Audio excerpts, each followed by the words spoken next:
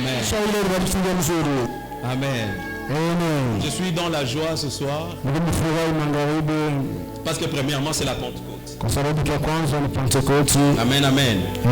Qui est dans la joie avec moi?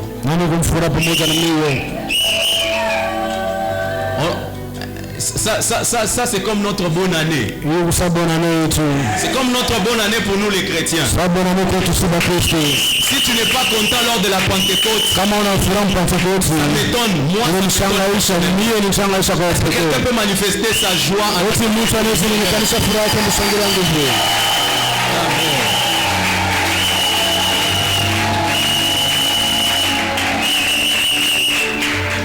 Amen. Amen. J'ai dit merci à Dieu pour l'opportunité ce soir. J'ai dit merci parce que je suis en bonne santé, en bonne vie. Il y a plusieurs personnes qui sont tombées malades. Ils ont été meilleurs que nous. Ils ont été parfaits que nous. Et Dieu a décidé ainsi. Aujourd'hui dans les tombes, aujourd'hui dans les cimetières, il n'y a pas seulement que des vieillards. Même les gens de mon âge meurent actuellement. Devant vous, c'est par la grâce de Dieu. Mes remerciements aussi sont tournés vers mon père, les pasteurs. L'opportunité ce soir. Aussi pour le comité. Avec papa Jean-Marie. En tout cas, je suis vraiment reconnaissant pour cette opportunité. Aussi, je vous dis merci, vous qui êtes là présents. Vous êtes des merveilleuses personnes. Que Dieu vous bénisse aussi. Amen. Tu vas m'aider à ouvrir ta Bible. Nous sommes dans le livre des Actes des Apôtres. Actes des Apôtres, le chapitre 2, les versets 1 à 6. Vous allez me permettre aujourd'hui, je vais essayer de toucher à beaucoup de choses. Je serai plus dans les enseignements. Et on va prier. Actes des Apôtres, le chapitre 1. Le chapitre 2, plutôt, verset 6. Acte 2, 1 à 6, au nom de Jésus. Amen. Le jour de la Pentecôte, ils étaient tous ensemble dans le même lieu. Tout à coup, il vint du ciel un bruit, comme celui d'un vent impétueux, et il remplit toute la maison où ils étaient assis. Yes. Des langues semblables à des langues de feu. Maman Vanessa, pouvez-vous permettre que je puisse vous interrompre? Si vous êtes dans une Bible digitale comme celle de Maman Vanessa, j'aimerais que vous puissiez souligner cet endroit. Vous pouvez mettre un bookmark là-dessus. Des langues semblables à des langues de feu. Leur apparurent, Yes. séparés les unes des autres, et se posèrent sur chacun d'eux. Et ils furent tous remplis du Saint-Esprit, et se mirent à parler en autre langue, selon que l'Esprit leur donnait de s'exprimer. Or il y avait en séjour à Jérusalem des Juifs, hommes pieux, de toutes les nations qui sont sous le ciel. Au bruit qui eut lieu, la multitude accourut, et elle fut confondue, parce que chacun les entendait parler dans sa propre langue. Amen. Amen. Parole du Seigneur. Est-ce que quelqu'un peut m'aider à acclamer pour les Saintes Écritures?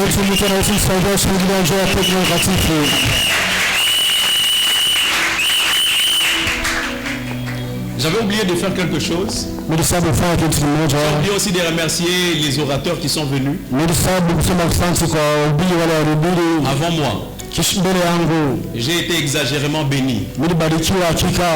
De dimanche jusqu'à aujourd'hui, ils ont touché à deux choses qui m'ont personnellement béni. Si tu as raté, c'est ton problème. Le dimanche, on est béni. Alors permettez-moi aussi aujourd'hui de rajouter une pierre à l'édifice. Amen, amen. Alors d'entrée des jeux, parce qu'on parle des mystères de la Pentecôte, j'ai remarqué une chose. Beaucoup de chrétiens parlent de la Pentecôte. Ils ne connaissent pas la Pentecôte. Amen. J'entends beaucoup de gens parler de la Pentecôte. Mais quand on essaye de leur demander la Pentecôte c'est quoi, difficile pour eux de définir la Pentecôte. Amen, amen. Amen. La Pentecôte est une fête. Amen. Je vais toucher certaines choses. Certaines choses qui ont trait à la tradition juive, ces gens de choses. La Pentecôte, elle vient du concept grec. C'est un concept qui est un peu bizarre. Hein? Les concepts en grec ou en araméen signifient... Ça signifie Pentecôte Emera. C'est comme ça. Pentecôte Emera. Pentecôte Emera qui signifie quoi?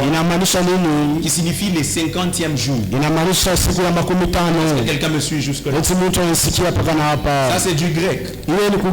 Mais la Pentecôte en soi est une fête qui est plus d'origine juive.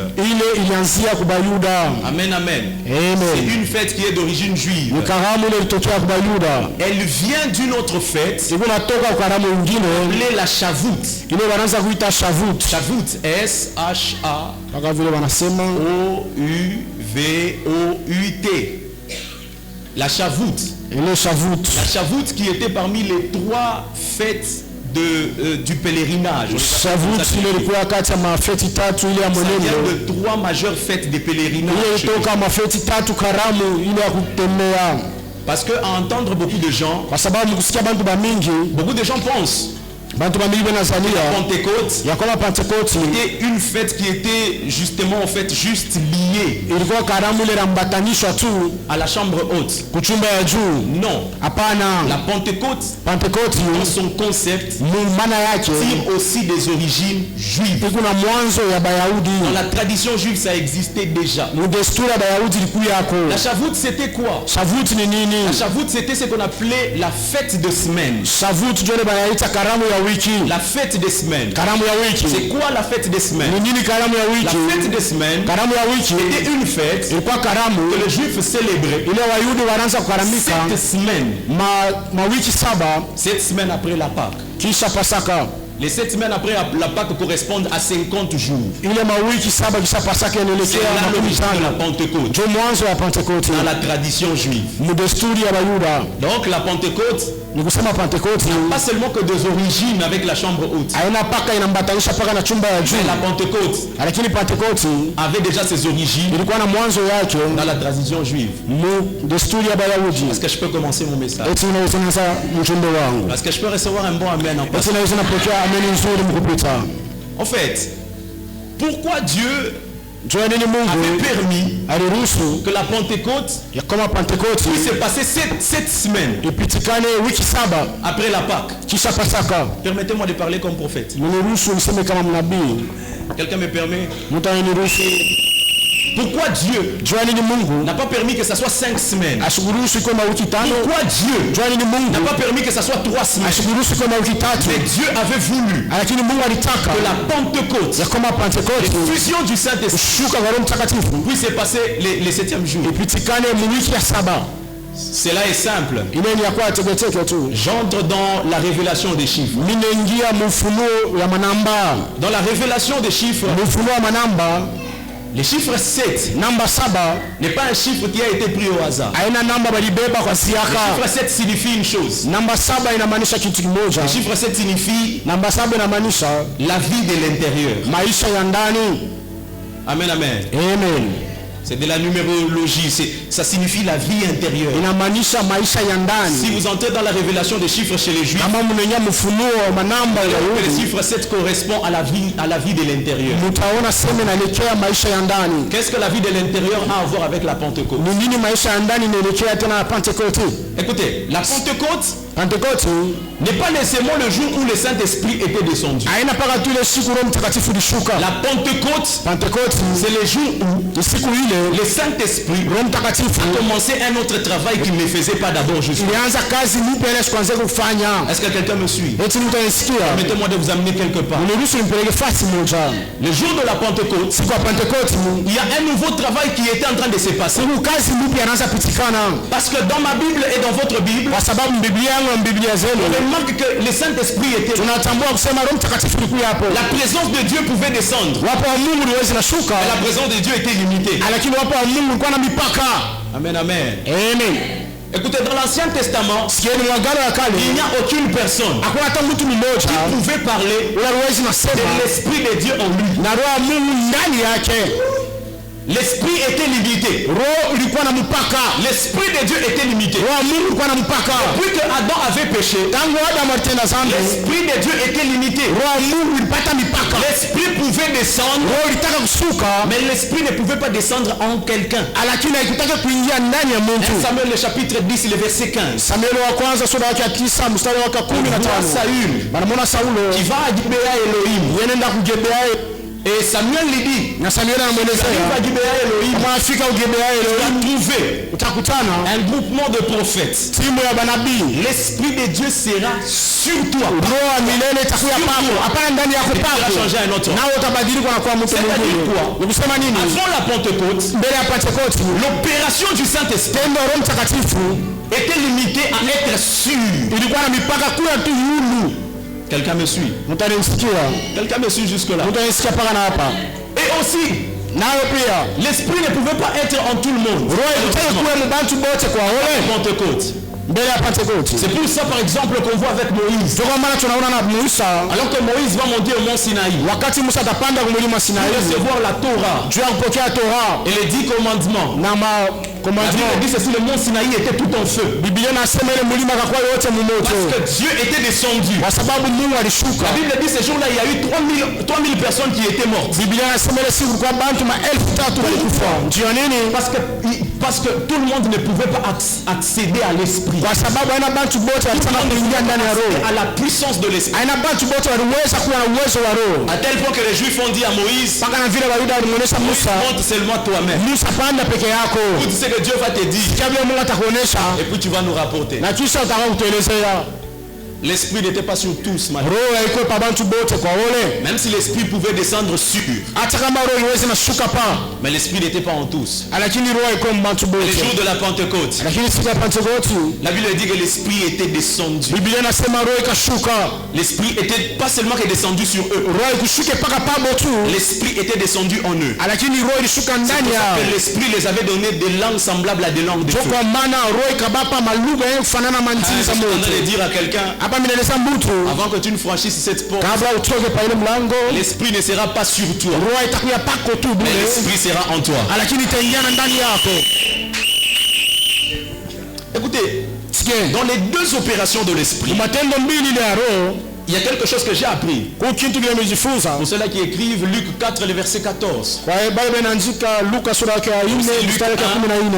Et aussi Luc le chapitre 4, le verset 1. Quand je prends la vie de Jésus-Christ, avant qu'il commence au ministère, la Bible dit dans Luc le chapitre 4, le verset 1, que Jésus-Christ fut poussé par l'Esprit. Jésus-Christ fut poussé par l'Esprit pour aller dans les déserts. Amen, amen. La Bible dit, vous connaissez l'histoire, Jésus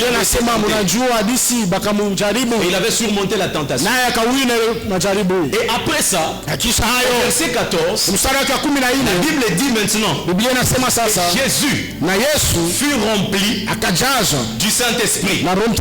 La Bible ne se limite pas là. Après être rempli du Saint-Esprit, la Bible dit que pratique accomplir des prodiges. J'aimerais dire à quelqu'un, écoute, il n'y a pas de surnaturel sans la Pentecôte. Écoute, il n'y a pas de miracle sans la Pentecôte. Il n'y a pas de l'opération de l'Esprit sans la Pentecôte. Tu as besoin de la Pentecôte pour que l'Esprit puisse agir en toi. Beaucoup de chrétiens aujourd'hui, ils sont des chrétiens théoriques. Beaucoup de versets dans la bouche. Beaucoup de démonstrations. Parce que jusque-là, ils sont dans la dimension de l'Esprit. Ils n'ont pas encore atteint la dimension de l'Esprit au-dedans. J'ai pris pour toi.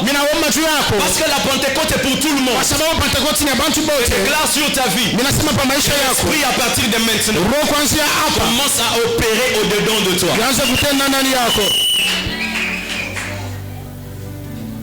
J'aime ce que que l'apôtre Paul est en train de dire. Il dit ceci, il dit mon évangile. Il dit ma prédication. Ne se limite pas à des discours persuasifs de la sagesse. Une démonstration de puissance et d'esprit. Celui qui néglige la Pentecôte est éloigné même de l'évangile. Parce que l'évangile c'est la puissance. L'évangile c'est la démonstration. Tu as besoin de la Pentecôte pour démontrer la puissance aux nations. Tu as besoin de la Pentecôte pour gagner les âmes dans les cœurs.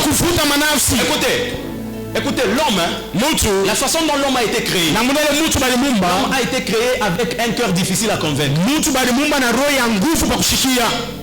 La sagesse humaine n'a pas la capacité de convaincre quelqu'un. Tu as besoin d'avoir une vista, une énergie spirituelle pour y parvenir. C'est là que le rôle du Saint-Esprit intervient. Si tu as le Saint-Esprit au-dedans de toi, tu peux dire à quelqu'un Jésus t'aime. Et tout le péché commence à partir. Tu peux dire à quelqu'un Jésus est avec toi. Et directement il est saisi par la puissance de Dieu. Regardez cet homme de Jésus. Alors qu'il est ressuscité, il apparaît au milieu de ses disciples. Il dit que la paix soit avec vous. Une seule parole. Tout le monde était dans l'émerveillement. C'est ça qu'on a besoin après la Pentecôte. Écoutez, Pierre avait déjà reçu les clés des écluses des cieux. Jésus lui a dit ceci: tu es Pierre, sur cette pierre je bâtirai mon église. Ce que tu as lié ici sur terre sera lié dans les cieux. Mais écoutez, ces pierres là, un jour il part chasser un démon. Il chasse les démons du matin au soir. Jésus-Christ est arrivé. Il dit tu t'y prends mal. Déjà une chose qui se passe après la Pentecôte. Écoutez, Pierre n'a pas prêché des choses spéciales. Il n'a rien prêché. Il a juste pris Joël le chapitre 2 le verset 27. 3000 personnes se sont converties. Écoute, tu n'as pas la capacité de convaincre le monde. Si tu n'as pas tu es disqualifié. Tu risques d'être comme Pierre, en train d'essayer du matin au soir. Rien ne va se passer. Tu vas passer par l'entreprise de la Pentecôte. Dis à ton voisin la Pentecôte. Dis à ton voisin ne néglige pas la Pentecôte. Je vous ai dit la Pentecôte c'est la bonne année des chrétiens. C'est le jour où on a reçu le mandat d'entrer dans les nations. C'est le jour où c'est la date de naissance de l'opération des choses de l'esprit. Laissez-moi m'attacher aux choses spirituelles. Je suis passé par la Pentecôte. Celui qui passe par la Pentecôte, il n'est plus Chanel. Il est spirituel. Écoutez, j'aime une chose. Écoutez, la Pentecôte. Même Jean-Baptiste rêvait de la Pentecôte. Même Jean-Baptiste, il rêvait de la Pentecôte. Il rêvait de la Pentecôte chaque jour. Le jour qu'il voit Jésus, il dit ceci.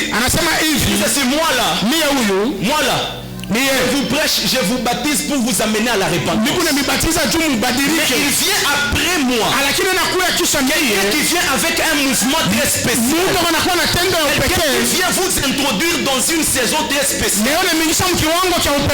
Moi-même Jean-Baptiste, je n'ai pas le pouvoir de délier le courroie de sa chaussure. C'était de la Pentecôte dont il parlait. Il vous baptisera et l'esprit. J'aimerais dire à quelqu'un, la Pentecôte, c'est un baptême de feu. C'est un baptême d'esprit. Je suis en train de dire à quelqu'un, toute cette semaine ici, Dieu est en train de te baptiser d'esprit. Cette semaine ici, Dieu est en train de te baptiser de feu. moto. Reçois ton baptême de feu. Pokea ubatizo wako wa moto hapa sasa. Pokea ubatizo wako hapa sasa.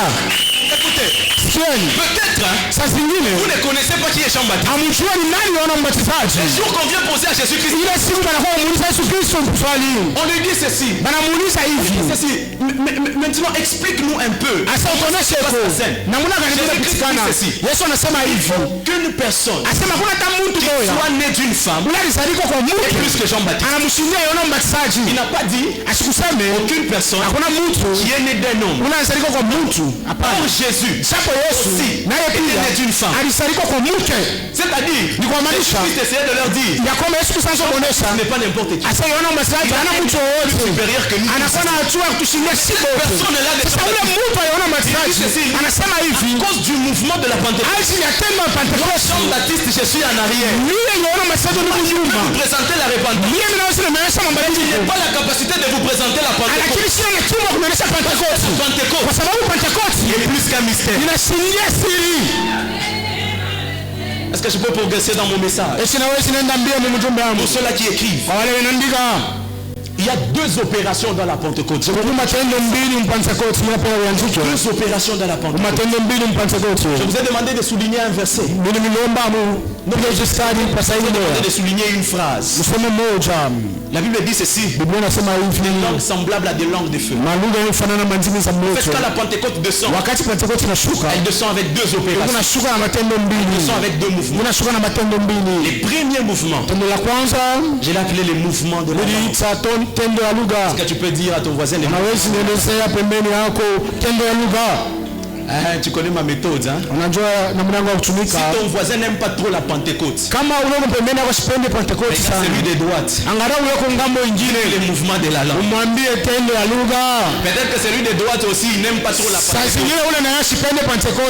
Peut-être que lui il est encore au mouvement de Jean-Baptiste. Regarde même celui qui est derrière toi. Les mouvements de le mouvement de l'opération de la langue. Que Dieu vous bénisse. Pour ceux-là qui écrivent 1 Corinthiens le chapitre 14 le verset 2. Je paraphrase. En effet, c'est lui qui parle en langue. Il ne parle pas aux hommes, mais à Dieu. Car personne ne les comprend. C'est l'esprit qui dit des mystères. Écoutez, il n'y a pas un mystère dans les choses spirituelles comme les mystères de la langue. Écoutez, même la création, c'était passé au niveau de la langue. Dieu pour créer le monde, il a commencé par parler. Amen. Vous savez pourquoi le diable était venu combattre Adam dans les jardins? Il était venu le combattre parce que le diable enviait une dimension qui était dans Adam. C'était la dimension du parler. Dieu avait dit ceci à Adam: je te donne le pouvoir nommer tous les animaux. Donc Adam était comme Superman. Il pouvait monter au niveau de l'oiseau. Il lui parle. Il dit: mon cher, à partir d'aujourd'hui tu deviens Adam pouvait descendre dans l'eau. Comment pouvait-il nommer la baleine? Le diable n'a pas la capacité de faire ça. Dieu lui avait déjà donné quelque chose qui échappait au diable. C'est comme ça que le diable avait fait le tout qu'il puisse perdre cette nature, qu'il puisse perdre cette capacité. Mais écoute, j'aime une chose. Lors de la Pentecôte, la première chose que les apôtres ont récupéré lors de la Pentecôte, c'était la capacité de parler. Il faut commencer à parler en langue. À quel point que même les étrangers qui étaient à Jérusalem, ils ont commencé à entendre qu'il parlait de mystères. mystères de Dieu.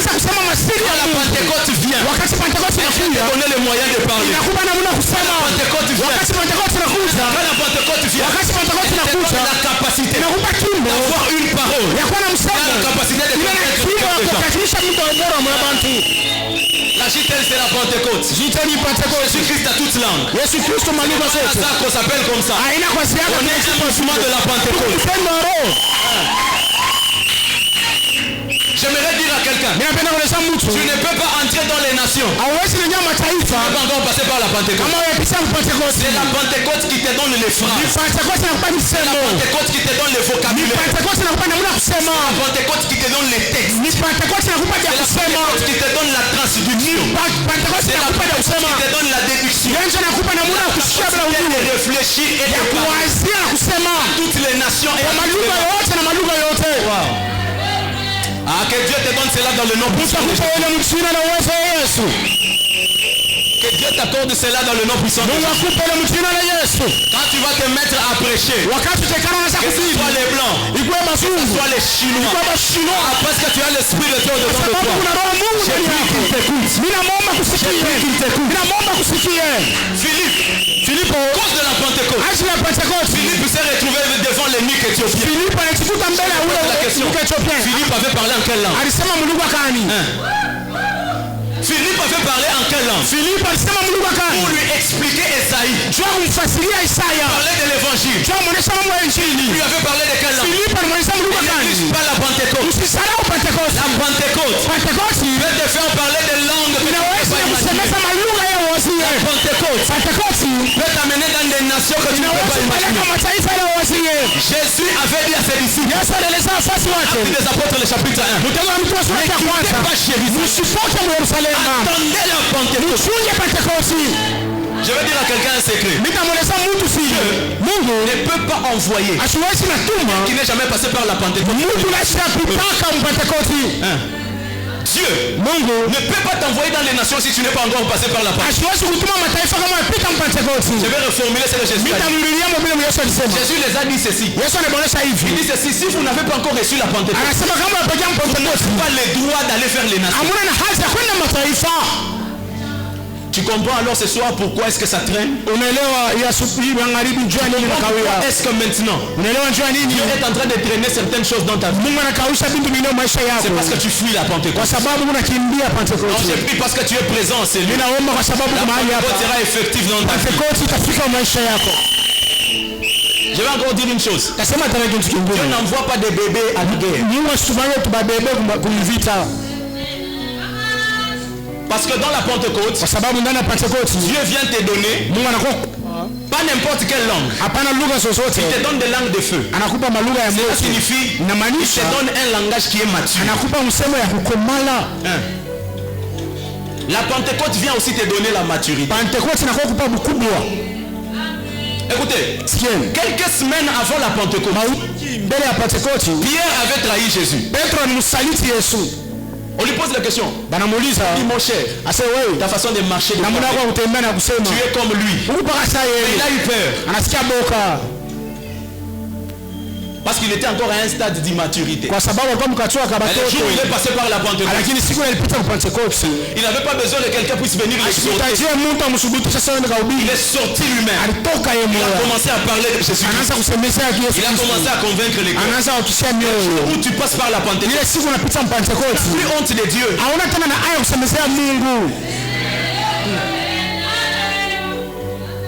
À la maison tu es chrétien. Non, à l'église tu es chrétien. À la maison tu es païen. Non, je te comprends. Tu n'es pas encore passé par la Pentecôte. C'est lui qui passe par la Pentecôte. Il devient têtu. Personne ne peut le dissuader. Écoutez, quelqu'un comme Paul, comment peut-il dire tout ce qu'il regardait comme un gain, maintenant il regarde comme de la boue? À tel point que même quand on veut le tuer, il n'a pas peur. Il est en prison. Il sort, il prêche. Il est en prison. Il sort, il prêche. La Pentecôte te rend têtu. La Pentecôte te rend dépendant de Dieu. Tu as peur, c'est parce que tu n'as pas encore vécu la Pentecôte. Dis à ton voisin, vis la Pentecôte. Non, dis-lui bien. Tu connais notre petit secret.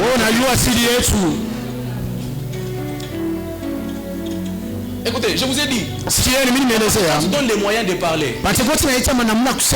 Et dans les opérations spirituelles, Dieu, la plupart des opérations spirituelles se passe par les parler. Par exemple, quand quelqu'un veut te maudire, il n'a pas besoin de venir chez toi. Il a juste besoin de prononcer des paroles sur ta liste. Si un sorcier a besoin que tu fasses demain un accident, il n'a pas besoin de venir voir un chauffeur qui viendra te tamponner. Même le monde des esprits, le monde spirituel, le monde des sorciers, ils connaissent le mystère du parler. Ils savent que je dois me réveiller la nuit. Je vais citer Kapinga. Ce qui m'étonne, c'est la conscience que les païens, les sorciers, les magiciens ont sur la parole que plus que les chrétiens. Non, comment tu peux te réveiller le matin, tu ne dis rien sur ta propre vie? Comment tu peux commencer l'année, utiliser la puissance de la Pentecôte sur ta vie? Donne-moi un point amen. Écoutez, Balak, il connaissait les mystères de la parole et du parler. Il s'est dit ceci: si je pars combattre Israël, je vais sortir perdant. Laisse-moi utiliser une stratégie spirituelle dans laquelle je peux affronter. Il est parti chercher Balaam. Il dit ceci: Balaam, tiens-toi devant ce peuple. Il connaissait ce mystère. Est-ce que toi aussi, tu viens voir les hommes de Dieu pour leur dire: Papa, bénissez-moi. Sortez aussi des paroles. Est-ce que tu les fais? Balak avait déjà compris. Pour détruire ce peuple, il faut quelqu'un qui a la capacité de parler. Il est parti chercher Balaam. Écoutez, la vie elle est très spirituelle. La vie ce n'est pas les hasards. La vie ce ne sont pas des pions. La vie elle est spirituelle. La vie n'est pas imprévisible. La vie, pour que tu puisses la mener, tu dois avoir une position spirituelle. Les hasards n'existent pas. Ne crois pas qu'un jour tu vas te réveiller et puis tu deviens ministre. Non. Tu connais combien de principautés se tiennent pour empêcher des gens comme toi de devenir ministre? Tu connais combien de principautés se tiennent pour que toi ton business ne puisse pas aller de l'avant dans ton quartier? Tu dois comprendre ce mystère. Tu dois comprendre que je dois passer par la Pentecôte afin que je puisse avoir les paroles appropriées pour changer, transformer et transposer les choses. C'est pour ça Ézéchiel aussi avait voulu commettre ce genre d'erreur. Ézéchiel aussi avait voulu commettre ce genre d'erreur. Dieu les prend. Il l'amène dans la vallée des ossements desséchés. Et Dieu lui pose la question. Ézéchiel n'avait pas encore compris. Ézéchiel attendait que l'ordre puisse venir de Dieu. Fils de l'homme, parle et prophétise. À un moment, certaines situations de nos vies ne demandent pas qu'on puisse prier, ne demandent pas qu'on puisse seulement jeûner. Certaines situations demandent qu'on puisse se tenir, utiliser la puissance de la Pentecôte et puis commencer à parler. Et puis commencer à parler. Tu dois parler. Il y a des problèmes. Tu dois te tenir devant. Et commencer à parler. Il y a des situations. Elles viennent. Tu dois te tenir devant. Et commencer à parler. Tu dois parler. Une maladie. Échoue. Tu dois parler. Dieu avait créé le monde en parlant. Dans le chapitre 1, le verset 1. La première chose qui a existé dans le monde spirituel, la Bible dit toutes choses peuvent passer. La prophétie peut passer. La chance peut passer. Il y a une chose. Capacité. Dieu est éternel. Sa parole aussi est éternelle. Il y a deux choses seulement qui sont éternelles. Et sa parole. Les jours que tu comprends ces choses, tes yeux s'ouvrent. Commence à comprendre. C'est la parole. Tu dois parler. Il y a des forteresses qui vont tomber. Le jour que tu vas te mettre à parler. Il y a des liens qui vont se briser. Le jour que tu vas te mettre à parler. Tu dois parler. Tu dois parler. Il y a des situations dans ta famille. Elles attendent que toi tu puisses parler. Il y a des problèmes autour de toi. Tu puisses parler. Les matins au culte matinal, j'ai dit une chose. J'ai dit ceci. Le diable met beaucoup de chrétiens dans l'ignorance. Il y a des choses qu'on n'a pas besoin de demander l'autorisation. Jésus dit ceci à ses disciples. Je vous ai donné le pouvoir de marcher sur les serpents et sur les scorpions. Dieu n'a pas besoin que tu viennes encore lui demander l'autorisation. Il a besoin que tu te tiennes et que tu exécutes. Donne-moi un mot amen.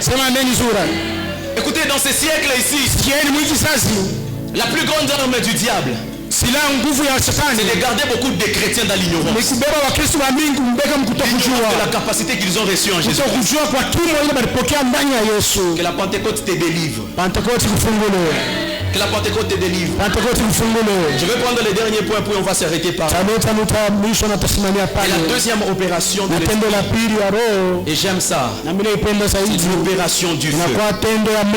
L'opération du feu. La Bible est en train de dire dans le livre des Hébreux, chapitre 12, le verset 19, notre Dieu est un feu dévorant. Donne-moi un bon amen. Écoutez, je vais vous dire une chose. Dans l'Ancien Testament, les feux de Dieu pouvaient descendre. Mais c'était un feu limité. La Bible dit ceci. Pendant le soir, la nuit, Dieu s'est levé comme une colonne de feu pour orienter Israël. Ces feux-là n'étaient pas sur les gens. Ces feux-là étaient suspendus. C'était un feu qui opérait sur soi-même. C'était le jour de la Pentecôte. Ces feux-là n'ont pas été dans les déserts. Ces feux-là n'ont pas été un feu irrégulier. Mais ces feux-là étaient sur tout un chacun. Parmi les choses que la Pentecôte vient donner aux chrétiens, c'est le feu. La Bible est en train de dire dans le livre des Hébreux, le chapitre 1, le verset 7. J'aime ce que l'apôtre Paul est en train de dire. Dieu fait de ses anges des vents, mais de ses serviteurs des flammes de feu. Je vais dire à quelqu'un, la Pentecôte vient pour te transformer en feu. La Pentecôte est une entreprise. Transforme les gens normaux. Flamme de feu.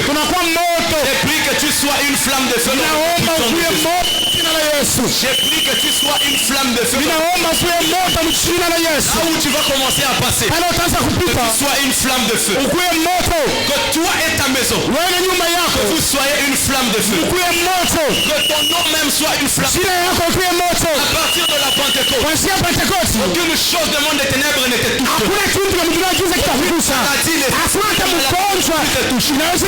Parce que la Pentecôte vient pour le feu. La Pentecôte vient pour le feu. Répétez une parole prophétique. 2 Rois, le chapitre 1, le verset 10.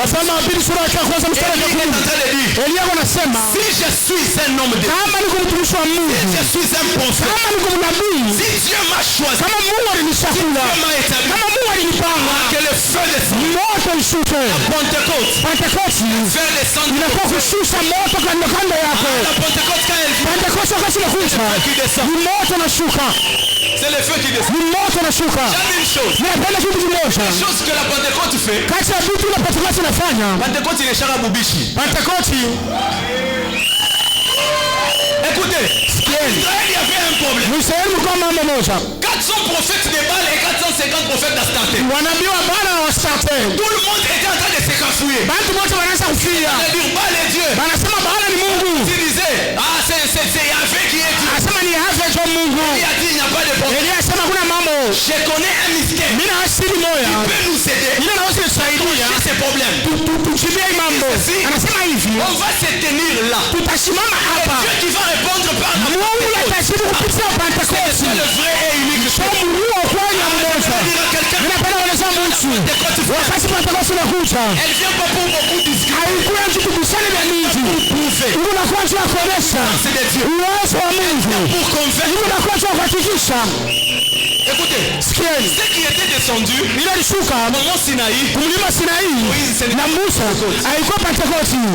la Pentecôte, Pentecoste pour tuer. haikuwa tu kuwa iua, haina Pentecoste ile. Les jours que la Pentecôte est descendue Ile siku Pentecoste ilishuka sur les apôtres, kwa nabii, alors qu'ils sont à 120, wakati walikuwa 12, Pierre a prêché. Petro akahubiri 3000 ans. manafsi tatu. Pentecôte est venu récupérer les âmes que Ilikuwa kombola ile manafsi Musa alipotosha kumlima Sinai. La Pentecôte vient pour récupérer. Pentecoste inakuwa kombola ile alipotosha. J'ai pris que le feu qui va descendre Mimi naomba moto utashuka, récupérer ce que nous usaidie ubebe kile shetani mnyang'anya. descendre. Ile moto utashuka, Aider à récupérer upate kusaidia ubebe kile kulioshi mnyang'anya. dans le nom puissant de Jésus. Shira na uwezo la Yesu, shira na uwezo la Yesu. Pentecôte ne vient pas pour détruire. Pentecoste iko karibu, Ne vient pas pour détruire. Pentecoste iko karibu. Ce qui se passe dans Exode, le chapitre 24, le verset 17. Ninapenda napitikana Mwanzo sura ya 12 mstari wa 14. Non, dans Nombre, le chapitre 11, le verset 17. Sura ya 11 mstari wa 12. Différence. Kuna tofauti. Il y a des choses qui ressemblent à la Pentecôte, mais ce n'est pas la Pentecôte. Kuna vitu vinafanana na Pentecoste lakini haina Pentecoste. Dans Nombre, le chapitre 11, le verset 3. Mhesabu sura yake ya 11 Dieu mstari wa 3. était fâché Mungu anasirika parce que le peuple d'Israël était en train de murmurer. kwa sababu taifa la Israeli linaanza kunona nona. Mungu cha Il kuepuka fait descendre le feu alishusha moto qui a tué beaucoup de ile gens. iliua watu wa mingi. Le peuple d'Israël avait eu peur. Taifa la Israeli linasikia oga Ils ont nommé cet endroit-là na banaita Tabera. ile fasi Tabera. Il y a une différence entre Tabera Tofauti kati ya Tabera et Pentecôte. na Pentecoste. Beaucoup de gens Watu wa mingi pensent wanazania qu'ils sont dans la ya Pentecôte. kama bego Pentecoste. Ils sont en train de vivre la dimension de Tabera. Sapo leo naishi hatua ya Tabera. Tabera, c'est la peur. Tabera Tabera, c'est la correction. inakuwa kubadilisha. La Pentecôte ne vient pas pour donner la peur. Lakini Pentecoste haikuwa kuleta boka. Donner le courage même au moins Pentecoste courageux. inakuwa ileta na hodari kwa baba na hodari. Pentecôte vient mettre la parole de l'évangile même à ceux-là qui n'avaient pas la capacité. Pentecoste inakuwa ileta injili kwa baba kuye nayo. Je suis en train de prier pour toi. Niko naombea mtu. L'esprit de la confusion ne va plus. Roho mzuriko haitaki kwa maisha yako. Écoute, je suis en train de chasser sous ta peur. Yeye mtu unaandama Tabera yote maisha Ne yako. ressemblait pas aux choses Yote ifanana na vitu vya Mungu. qui avaient déjà semblé ressembler. Yote inaonekana kufanana sana moto wa Mungu na vitu vya Mungu. Pentecôte, Pentecoste elle vient. wakati inakuja Chasse tout ce qui n'est pas de Dieu. kama chote kile cha Mungu. Le Dieu quand il descend, Moto wa Mungu wakati unashuka elle vient pour chasser tout ce qui n'est pas de unafaa Dieu. kuandama chote kile cha Mungu. Puisse chasser Mungu apate kuandama comportement, mwenendo yako, caractère. mkaya mwaya yako, mwajifunzo yako, biashara yako, chote kile cha Mungu. Quand la Pentecôte descend, Wakati Pentecoste inashuka, quand le feu descend, wakati moto unashuka, ça vient sortir la confusion. inakuwa kutosha mvuruko. La confusion n'existe pas. Mvuruko haishi kwa Pentecoste. La confusion n'existe Mvuruko pas. haishi kwa Pentecoste. Lors de la Pentecôte, Wakati wa Pentecoste, plus l'heure de se cacher, haina wakati wa kufichama, plus l'heure de rester à la haina wakati wa kubakia haute, mchuma ya juu, l'heure de sortir dans les rues wakati wa de Jérusalem. kutoka Yerusalemu. Napenda kueleza mtu, wakati moto unashuka, Dieu t'envoie dans les nations. moto unakutuma mataifa. Wakati moto unashuka, Dieu t'envoie et t'émule. moto unakutuma na kutuma. Quand arrive, Wakati Pentecoste inafika, reste à dedans de l'église. haitakuwa itakuwa kanisa. Viens prédicateur. Kila mtu anakuwa mhubiri mbalabala. Viens prédicateur. Kila mtu anahubiri mataifa. À la Pentecôte. Tunaenda kwa Pentecoste. À la Pentecôte. Tunaenda kwa Pentecoste. À la Pentecôte. Tunaenda kwa Pentecoste. Pentecôte, il n'y a plus les ministères. Il n'y a pas de prophètes. Pas de pasteurs. Pas d'évangélistes. Tout le monde devient équipé. Devient équipé. Sois équipé ce soir. Sois équipé ce soir. Équipé ce soir. Équipé ce soir. J'aime une chose. Quand Dieu appelle Moïse, Moïse arrive. Il trouve un ange dans les buissons. Il n'a pas le droit. Mais j'aime lors de la Pentecôte. Le feu qui est descendu. Ce n'était pas un feu qui avait des restrictions. Ce n'était pas un feu qu'on pouvait voir de loin. Que tout le monde a vu j'ai pris, je suis en train de dire à quelqu'un, sois encouragé. Approche-toi de Dieu. Parce que la saison est bonne. Dans la Pentecôte, tout le monde a Dieu au-dedans de lui. Tout le monde a Dieu au-dedans de lui. La Pentecôte, tout le monde est rapproché de Dieu. Dis à ton voisin,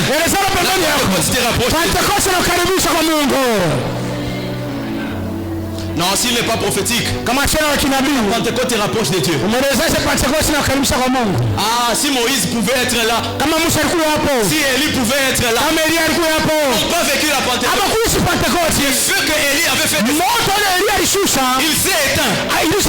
Que ça avait consumé l'holocauste. Mais ça s'est éteint. Les buissons ardents. Aujourd'hui, ça n'a pas continué. Les buissons ardents à un moment s'est éteint. Mais la Pentecôte, c'est une flamme qui continue de brûler. C'est une flamme qui continue de brûler. Personne ne peut arrêter le mouvement de la Pentecôte. Personne ne peut arrêter le mouvement de la Pentecôte. Hérode a été tué parce qu'il a voulu prendre la place de Dieu et de la Pentecôte. J'aimerais dire à quelqu'un, la saison est déjà établie. La saison est déjà bonne. Pentecôte est là. Tout le monde peut s'approcher. Tout le monde peut s'approcher. Une chose, vous êtes en train de dire, le fils d'Aaron, ceux-là qui étaient censés entrer dans le tabernacle ou dans les temples, allumer les feux. J'aimerais dire à quelqu'un, tu es plus que les fils d'Aaron. Ah, écoute, même si les sacrificateurs pouvaient entrer dans les lieux terrestres, allumer les chandeliers, c'était peut-être qu'une fois par année. Mais dans la Pentecôte, pour nous, elle nous fait des feux partout. La nuit, quand les sorciers nous cherchent, nous on est dans la Pentecôte. La nuit, quand on nous cherche dans le monde des ténèbres, nous on est dans la Pentecôte. La nuit, quand on cite nos noms pour nous tuer, nous on est dans la Pentecôte. La nuit, quand on cite nos enfants, nous on est dans la Pentecôte. La nuit, quand on cherche nos enfants, nous on est dans la Pentecôte. La nuit, quand on cherche notre santé, nous on est dans la Pentecôte. Ah, reçois la Pentecôte. Entre dans ta maison. Entre dans ta vie. Entre chez toi. La Pentecôte. Vis la Pentecôte. Vis la Pentecôte. Que les feux continuent de brûler. Que les feux continuent de brûler. Que les feux continuent de brûler. Est-ce que quelqu'un peut m'aider à se tenir debout? Aide-moi à te tenir debout. Aide-moi à te tenir debout. Dans la Pentecôte, personne n'est épargné. La Pentecôte n'est pas une élection. La Pentecôte n'est pas une élection. La Pentecôte peut toucher même un enfant. La Pentecôte c'est pour tout le monde. Non, je ne veux pas te prêcher cet évangile de discrimination. Je suis en train de dire à quelqu'un, écoute, tu ne te discrimines pas toi-même. Dans mon passé j'ai fait Dieu m'a empêché maintenant. Non, laisse que la Pentecôte fasse son travail. Lors de la Pentecôte, Pierre était un pécheur. Pierre avait péché plus que Judas. Judas avait trahi Jésus une fois. Pierre 3 fois. Pierre était un pécheur plus que Judas. Et Judas est mort. Pierre avait déjà compris. Si je m'attache à la Pentecôte, mes péchés vont passer. Mon passé peut être. Ah, la Pentecôte vient commencer une nouvelle histoire. Donc Dieu te donne une nouvelle vie. Écoutez, Jésus avait dit à Pierre, tu es un pêcheur de poissons. Moi je ferai de toi un pêcheur d'hommes. Mais Pierre n'est pas devenu pêcheur d'hommes les mêmes jours. Il est devenu pêcheur d'hommes lors de la Pentecôte. Tu commences à vivre ta vraie destinée le jour de la Pentecôte.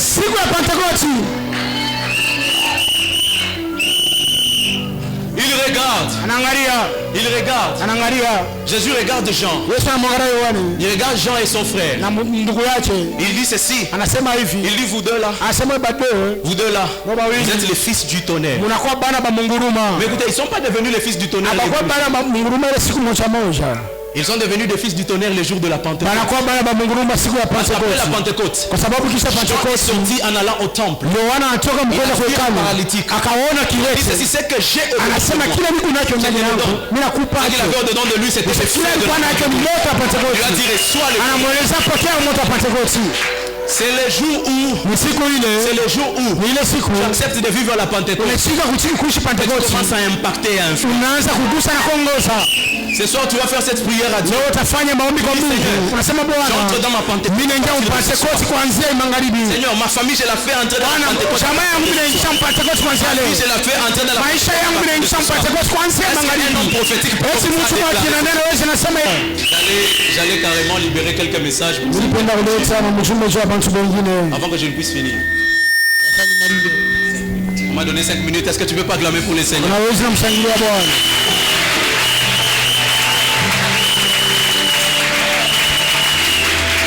Maman Guimel, pouvez-vous approcher s'il vous plaît? Maman Guimel,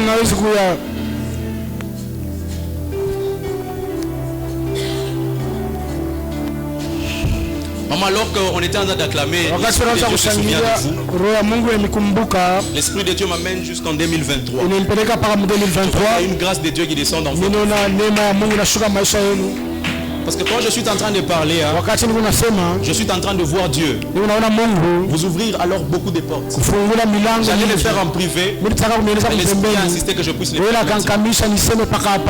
Parce que là, maman, quand je suis en train de parler, l'Esprit de Dieu me montre. Vous sautez d'un cabinet à un autre. Vous sautez d'un cabinet à un autre. À un moment, vous êtes en train de vous poser des questions. L'Esprit de Dieu me dit ceci. Ça, c'est ma volonté. Parce qu'il y a une grande porte que Dieu veut vous ouvrir. Je veux dire ce que je suis en train de voir. Je suis en train de voir. Vous allez là-bas. Dieu n'est pas seulement que vous limitez là-bas. Je ne vous vois pas aller au barreau, mais je vous vois secrétaire. Je vous vois secrétaire. Et Dieu me dit ça, c'est ça qui va beaucoup la bénir. Parce que là, quand je suis en train de parler, je suis en train de voir les élections de 2023 et je suis en train de voir un monsieur qui devient ministre. Je le connais, je ne cite pas son nom. Et je vois, il devient une grande bénédiction. Attendez.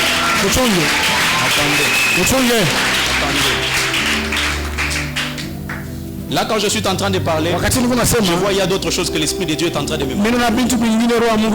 Papa, je suis en train de voir des grandes célébrations. Et vous savez, Dieu fait les choses. Parfois Dieu semble traîner, mais il parce que ce qu'il a prévu pour nous, c'est que ça ne ressemble pas pour les autres. Maman, est-ce que vous savez que votre céélébration dans cette paroisse sera la plus grande qui s'est jamais faite? Ça sera l'une des plus grandes qui sera jamais faite. Parce que je suis en train de voir Dieu. En train d'envoyer des anges. Maman, Dieu a déjà prévu de vous faire du bien à tel point que j'ai même envie qu'on puisse échanger des rôles, que ce soit vous, que vous soyez moi. Que Dieu vous bénisse. Allez chez papa, il va prier pour vous.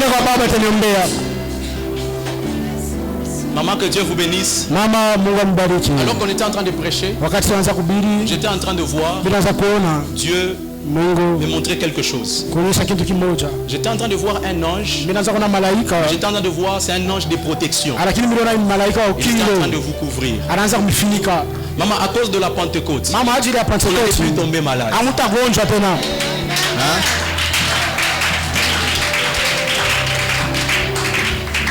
À cause de la Pentecôte, vous n'allez plus tomber malade. Il y a beaucoup de choses que l'ennemi avait déjà fait. J'étais en train de voir, on visait plus la santé. Mais alors que quand on est en train de prier, j'étais en train de voir un ange de Dieu en train de prier.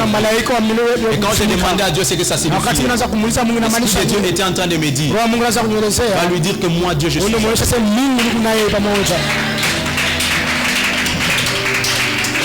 Quand maman est en train d'acclamer, maman, vous savez pourquoi Dieu se souvient de vous? 5 minutes sont même passées. Dieu se souvient de vous à cause du travail que vous avez fait dans les couples des mamans. Je suis en train de voir des travails des couples de mamans parce que je vois, on me montre quelqu'un en train de récoller. Je vois quelqu'un qui prend la colle. Je vois quelqu'un qui prend la colle. Je vois quelqu'un qui prend la colle. Et à cause de ce travail, il est presque inaperçu. Vous avez fait pour Dieu. Dieu accepte. Pas seulement que de vous sécuriser, mais de vous donner une longue longévité. Et Dieu se souvient de vous.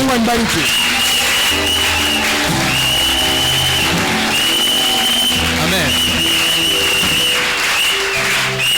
On va terminer par là. Demain c'est vendredi. Vendredi on aura plus de temps pour prier. Et si Dieu nous dit des choses, on va les partager. Alors je veux peut-être exhorter un peu avant. Alors, je veux exhorter les gens à servir Dieu. Vous savez pourquoi Dieu a parlé sur la sœur Guimé? Parce que Dieu s'est souvenu de son intégrité. Quand on sert Dieu, apprenons à être intègre. Apprenons à être fidèles. Amen, amen. Apprenons à être fidèles. Ah, je le sens, l'esprit m'a dit que je l'ai. Vous savez pourquoi Dieu s'est souvenu des mamans? Dieu se souvient des mamans à cause de sa dévotion, à cause de sa façon de servir Dieu. Dieu m'a dit, j'ai vu quelque chose. Elle l'a pas propagé. Elle a fait comme ça. Elle a conseillé quelqu'un. Le couple de la personne s'est mis proche d'elle. Et Dieu a accepté de se souvenir. Apprenons à sa tête. Que Dieu vous bénisse.